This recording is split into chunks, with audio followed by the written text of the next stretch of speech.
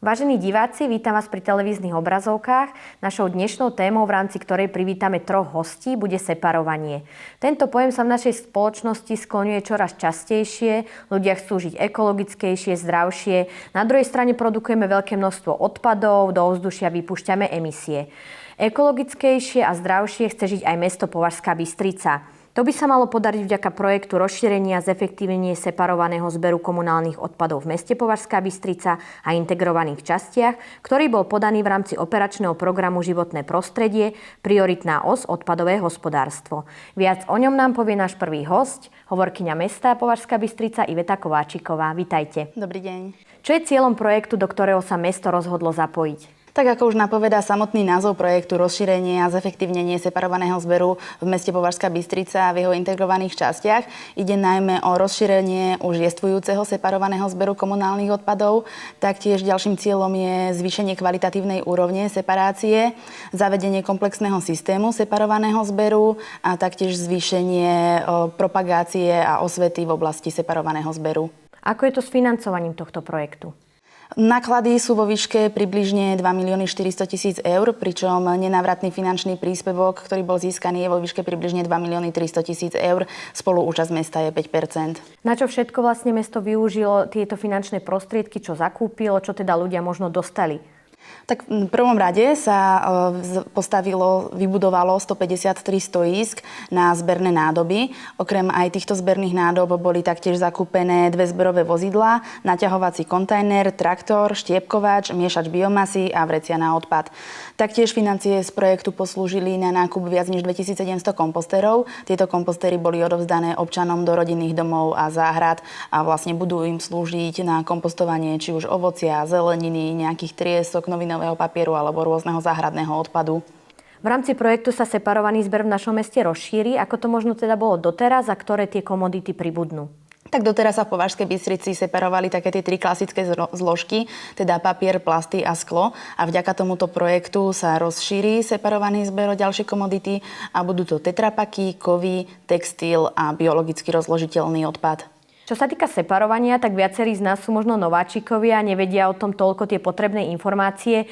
Dozvedia sa teda viac o projekte, kam triediť, ako triediť, čo teda ktorá komodita kam patrí? Samozrejme, súčasťou tohto projektu je aj samotná propagácia. Bude zriadená špeciálna webová stránka, na ktorej sa ľudia dozvedia všetky potrebné informácie.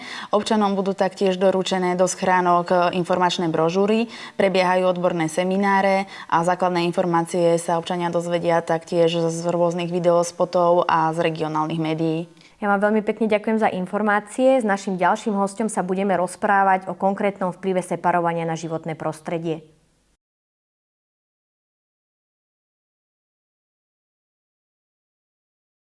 Naším druhým hosťom je vedúci odboru starostlivosti o životné prostredie okresného úradu v Považskej Bystrici, pán Pavel Petrík. Ten nám povie viac o konkrétnom vplyve separovania na životné prostredie. Vitajte. Ďakujem pekne. Aký je možno ten význam separovania? Prečo by mali ľudia dbať na to, aby separovali, aby chránili tú planetu, životné prostredie? Začal by som asi tak, že u nás na Slovensku je za posledných 20 rokov dozadu, až 40, 10-násobne väčší objem odpadu ako takého vzniká. Každým dňom, každým rokom. Tento problém je tak už veľký, že skutočne sa mu treba začať venovať v veľmi výraznej miere, a to preto, aby sme sa skutočne jedného dňa nezobudili a neboli v pokolená v odpade. Separovanie je jeden z spôsobov, ako zabrániť tomuto množstvu toho odpadu. A to preto, že zhruba okolo tých 80 až 90% zložiek, ktoré sú v komunálnom odpade, sa dajú na novo využiť, na novo spracovať. Sú to v podstate komodity ako druhotné suroviny a môžu sa z nich ďalej vyrábať ďalšie a ďalšie výrobky bez toho, že by sme zvyšovali nejakú energiu ťažbou uhlia alebo ešte zvýšením počtom ťažby plynu alebo povedzme kácaním stromov a podobne. Takže je to cesta, kde by sme mohli nájsť spôsob, ako tento odpad čo najmenej alebo tento odpad zminimalizovať. Ako je to teda na Slovensku? Separujú ľudia dostatočne, v dostatočnej miere? Asi teda nie? No nie, oproti iným štátom, kde samozrejme tejto problematike už nejaký ten rok venujú. Je na Slovensku tá situácia, keď nie zlá, tak horšia. A je treba k tomu pristúpiť práve aj takýmito projektami, ako je teraz v meste Považská Bystrica, kde sa rozčlenia jednotlivé zložky toho komunálneho odpadu a začnú sa systematicky zbierať, separovať a následne potom zhodnocovať. Vidíte možno ten najväčší problém, že o tom ľudia vedia málo? Áno, aj. Hej. My máme v sebe ľudia jednu tú zlú vlastnosť, že sme radi, keď sme pohodlní a nám je omnoho jednoduchšie a pohodlnejšie všetko hodiť do jedného kontajnera. A možno keby sme práve vedeli o tom viac, že je možné z toho separovaného zberu čo najviac vyťažiť, tak ako kedysi naši starí otcovia. Je to jednoduchý gazdovský mozog, že prídem, vidím na tej kope, že toto ešte by som mohol použiť, tak si to odložím a využijem to na ďalšie roky. Tak takýto istý prístup by sme si mohli my aj osvojiť. A to z toho dôvodu, že má to nielen ten rozmer ochrany životného prostredia, ale aj ten ekonomický rozmer. Keď my dnes na jednu osobu za rok v Považskej Bystrici vyprodukujeme okolo 420 až 430 kg a na skládku z tohoto objemu sa dostane 410 kg, za ktorých tých 410 kg zaplatíme, tak je na uváženie, keď ja môžem 50-60% z toho komunálneho odpadu vyseparovať, nikto mi to odveze, nemusím to platiť, spracuje to, ešte on zaplatí mne, alebo teda mestu, no tak vyvezem len 200, no a o to buď od 200 teda kilogramov za ten rok, za tú osobu, a o to je potom samozrejme aj tá peňaženka plnšia. Nemusím toľko platiť za vývoz toho komunálneho odpadu. A tá situácia bude z roka na rok horšia, lebo za chvíľku skládku bude treba rekultivovať, bude treba sledovať, bude treba možno nájsť iný nejaký spôsob. A to bude stáť tých našich daňových poplatníkov peniaze. Takže není ten rozmer len ten ochrany životného prostredia, ale aj ten rozmer ekonomický. Vy ste vlastne teda spomenuli ten ekonomický rozmer. Možno pre tú Považskú ešte aj nejaké iné výhody môže priniesť to separovanie? No, výhody predovšetkým v tom, že dnešnému dňu vyvážame komunálny odpad na skládku do Sverepca a do Lednických rovní. Tie skládky majú určitú životnosť. Keď skončí tá životnosť tej skládky a nebudeme sa teda rozmýšľať o tom, ako som spomínal, že by sme to mohli teda zredukovať, no tak bude problém nájsť niekde ďalšie miesto. To miesto môže byť možno 50, možno 60 km, nie ako dneska do nejakých 15 km. A zase to bude stať nejaké finančné prostriedky. Takže aj si myslím, že je dosť problém v dnešnej dobe nájsť niekde také miesto. Z toho pohľadu teda toho ochrany životného prostredia by som apeloval hlavne na to, aby sme čo najmenej teda zaťažovali tieto skládky a tým teda aj predĺžili ich životnosť. Po novom sa vlastne separovanie v Považskej Bystrici rozšíri, bude sa separovať až 6 komodít. Vieme trošku tak možno povedať, respektíve dá sa povedať, či je nejaká dôležitejšia, niektorá menej? Každá jedna z nich je dôležitá. Každá obsahuje určité percento, kedy môžeme znížiť ten objem. Ale keď to budeme hovoriť z toho pohľadu jak ekonomického, tak aj z toho pohľadu ochrany životného prostredia, toho množstva, tak z tých najdôležitejších je tá jedna nová, to znamená biologicky rozložiteľný odpad a potom plasty. Plasty sú veľkým problémom, ktorý snáď možno v priebehu budúceho roku sa vyrieši aj tým, že sa uzákoní zálohovanie jednotlivých PET fľaší. Ale však nielen PET fľaše máme plastové, ale aj iné druhy tých plastov sú. Takže to by mohlo pomôcť do budúcna, ale čo sa týka objemu a zaťaženia skládky, tak predovšetkým sú to biologicky rozložiteľný odpad a plasty. Možno keď sme menovali tie komodity, že ktorá tak naopak zase najviac škodí tomu životnému prostrediu, keď sa aj tí ľudia zbavia takým tým iným spôsobom a nie separovaním? V komunálnom odpade by nemali byť žiadne nebezpečné látky, ktoré by mohli nejakým spôsobom veľmi zaťažiť životné prostredie. Či už je to sklo, plasty, papier, teraz ponovom aj tetrapaky alebo tie biologicky rozložiteľné odpady. Takže nedá sa to takto kvalifikovať. Každá jedna je len klasický, obyčajný odpad, ktorý je možné následne potom spracovať. Taká možno ešte posledná otázka, respektíve výzva, taká priorita, teda prečo by sa mali ľudia o to začať zaujímať. Možno je to aj o tom, že teda tá planéta to potrebuje, takúto našu pomoc? No to určite.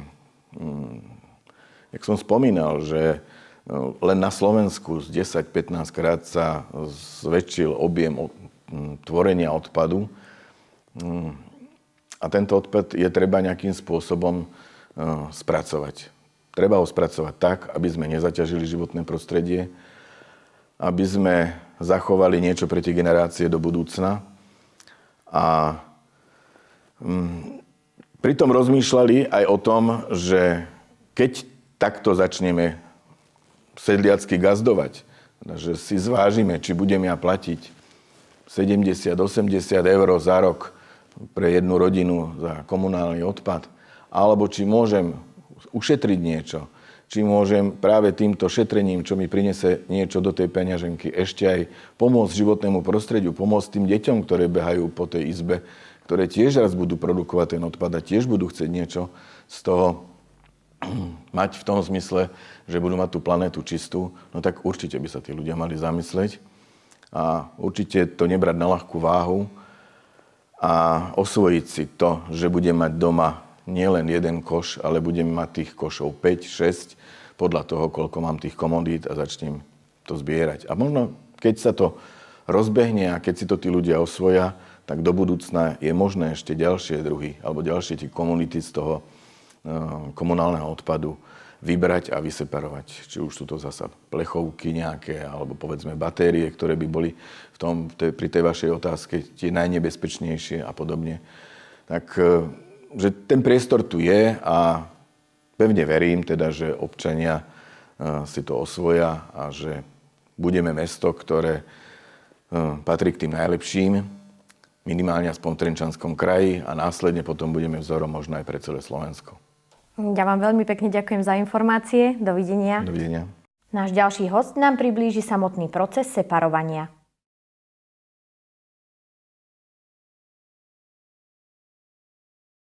Viac o procese separovania, o tom, ako správne separovať, kam ktorá komodita patrí, nám povie riaditeľ spoločnosti Megavest, ktorá sa zaoberá recykláciou, využitím a likvidáciou odpadov nielen v našom meste, pán Miroslav Jopek. Vitajte. Dobrý deň. Naša prvá otázka, skúste možno priblížiť divákom, ako celý ten proces separácie prebieha, teda odvtedy, ako hodíme trebárs tú plastovú fľašu do smetnej nádoby, kam potom putuje, čo sa s ňou stane? Takže celý ten proces tvorby separovaného odpadu začína už priamo u občanov v domácnostiach. Prvé základné, čo by mali teda spraviť, aby mal zmysel separovať každú jednu komoditu, je ten plastový kelímok od toho jogurtu umyť a dať ho do správneho kontajneru s farebným označením, ktoré na to prislúcha. Následne prichádzajú naše zberové vozidlá, ktoré tento kontajner zoberú, dovezú na separačnú linku, kde ešte následne sa, povedzme, plastový odpad separuje ďalších 8 až 9 komodít, ktoré musia byť rozseparované, aby ku koncovke, ktorá zhodnocuje tento daný odpad, došiel ten odpad, ktorý oni vedia práve zhodnotiť. Čiže sa separujú PET fľaše od čírej, modrej, hnedej až do zmiešanej farby. Potom máme drogériu, kelímky, máme tam ďalej tetrapaky. Toto sú všetko komodity, ktoré následne sa zhodnocujú vo výrobných závodoch, ktoré sú na to určené. Takže nie je to len tak, že príde plast a ten je vlastne v jednej kope, vlastne ešte sa to aj ďalej delí, aby sa to ďalej mohlo teda použiť. Áno, každý ten plast alebo plastový odpad je iného druhu chemického zloženia, čiže každý sa zhodnocuje iným spôsobom. Čiže je potrebné, aby sme my na tie separačné linky odseparovali každú tú jednu komoditu osobitne, aby to malo proste nejaký význam pre ekológiu celého toho systému. Vlastne ľudia majú také zaužívané, že aj tak sa to všetko zosype dokopy, teda, ale asi to tak nie je. Nie, isto to tak nie je. My máme v rámci tohto projektu jasne definované množstva, ktoré musia byť na konci tohto projektu vyseparované. Myslím, že aj zákon určuje, že v roku 2020 by malo byť 50% odpadu komunálneho vyseparovaného, čiže nie je možné, aby sme takéto niečo robili, lebo ten odpad, ktorý by sme nevyseparovali a fyzicky neodovzdali na zhodnotiteľskú organizáciu, tak proste by sa do tohto objemu nerátala, tým pádom Považská Bystrica alebo teda aj okolité obce by mali problém s naplnením tohoto kritéria. Vy teda likvidujete odpad v Považskej Bystrici, možno tak trochu povedať, myslíte, že sa uchytí toto separovanie tu u nás? Budú tí ľudia takí zodpovední, respektíve možno aj ako to je dnes v Považskej Bystrici? Tuto by som to rozdelil asi na také dve kategórie. Jedna je IBV, individuálna bytová výstavba, kde tento separovaný odpad funguje efektívnejším spôsobom, lebo ľudia predsa len pri tej svojej chalupe dome si dávajú väčší pozor trošku. Není to anonymné, čiže tam ten vrecový systém je ďaleko efektívnejší. Druhú vec, máme tu sídliskovú zastavbu, kde je to anonymné a v tej chvíli je fakt problém, čo je reálne v tých niektorých kontajneroch. Nachádzame tam veci, ktoré tam fakt nepatria. Pevne verím, že toto sa vyrieši trošku aj nejakou to osvetou, ktorá v rámci tohto projektu bude. Takisto by mali byť na kontajneroch piktogramy presne definované, čo tam patrí, kedy sa to tam má dávať. Čiže toto by mohlo byť nápomocné pre tých ľudí, ale už je to len fakt na tých ľuďoch, či sú ochotní a budú chcieť proste sa trošku zapojiť do tej nejakej činnosti pre zlepšenie vyseparovanosti tých zložiek, ktoré v tejto chvíli v komunálnom odpade máme. A je jasné, že čím viac budú separovať, tým menej by malo byť komunálneho odpadu, tým pádom menej na skládkach, tým by to mohlo byť eventuálne o niečo lacnejšie. Možno s tým súvisia aj tie čierne skládky, alebo to je už úplne mimo? Čierne skládky vo väčšine prípadov z toho separovaného zberu ani moc nie sú. Do tých čiernych skládok skôr tak zahŕňame veľkoobjemný odpad, nábytky a tohto druhu odpad. Samotný separovaný zber nie je väčšinou ako čierna skládka, možno veľkoobjemné kartóny a takéto druhy odpadov, ale väčšinou to je skôr veľkoobjemný odpad. Ako sa teda ďalej nakladá s tými komoditami? Čo sa z nich môže urobiť? Vlastne to môže byť tiež pre ľudí motivácia, že teda niečo z toho odpadu predsa len ešte môže byť, môže poslúžiť niekomu. Ako to teda je?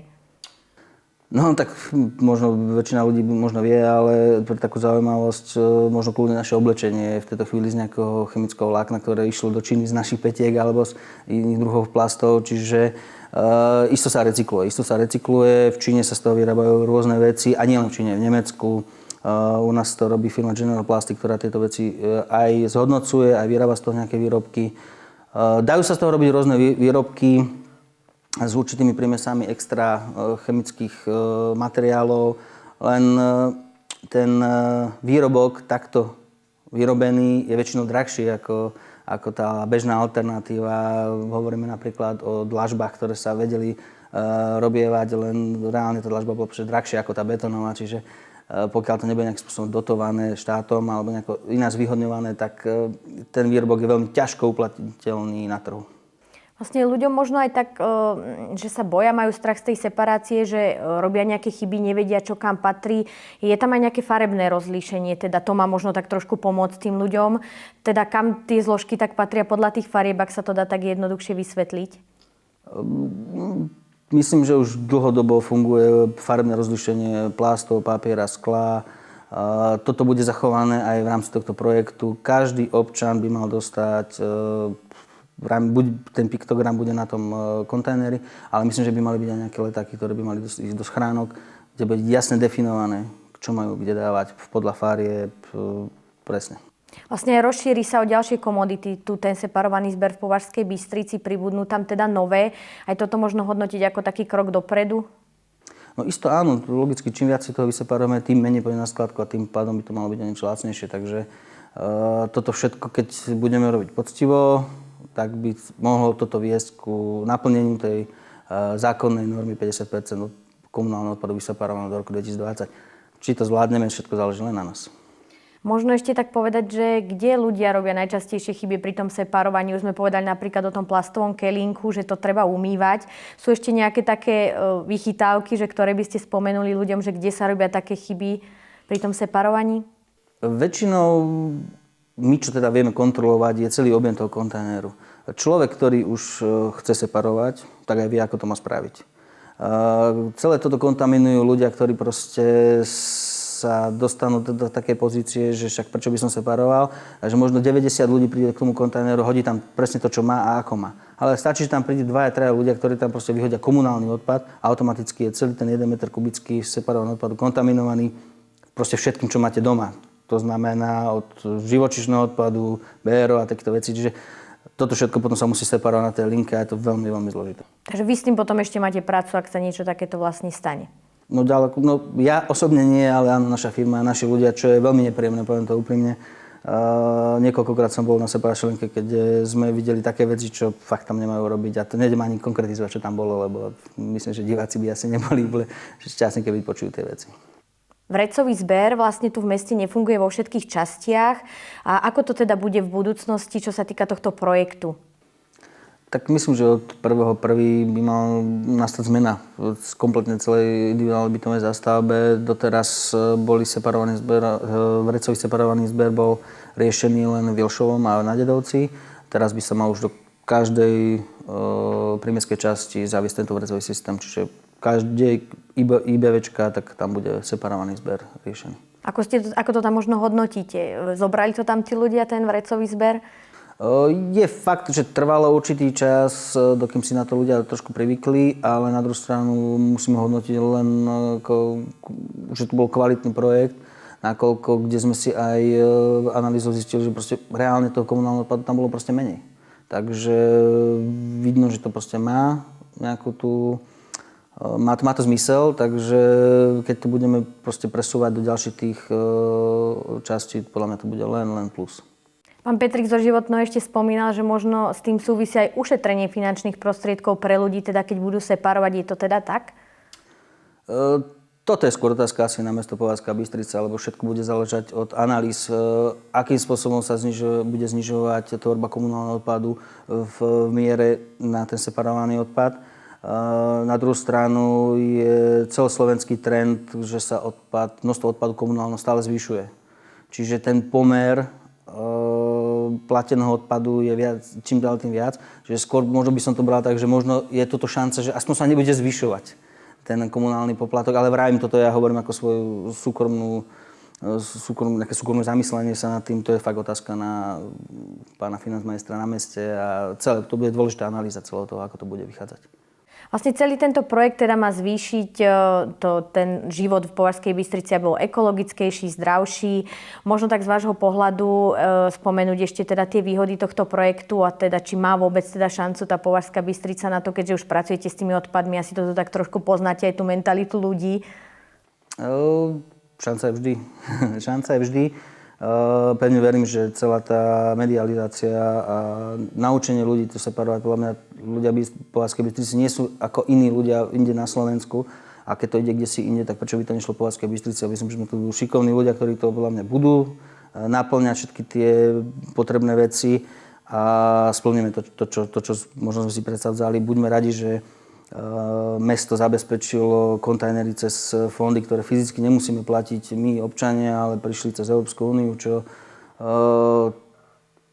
tieto investície z Európskej únie možno časom padnú a v tej chvíli nám už tu nedá nikto žiadne euro. Takže buďme radi, že tu tých 2,2 milióna eur prišlo, aj keď s 5% účasťou mesta, ale tak to je relatívne malá odrobinka v celej tej investícii. Máme tu stoiska, máme tu kontajnery, ktoré možno by bolo veľký problém obnovovať. Takže tuto jednoznačne musíme byť len radi, že takéto niečo je tu. Akurát je dôležité, aby sme sa k tomu aj my teda vyhrnuli tie rukávy a keď už to máme pekne vybudované, tak bolo by dobré aj to teda naplniť tie kvóty. Ja vám veľmi pekne ďakujem za informácie, takisto aj mojim dvom predchádzajúcim hosťom. Verím, diváci, že sa vám téma páčila a že teda začnete separovať. Dovidenia. Dovidenia.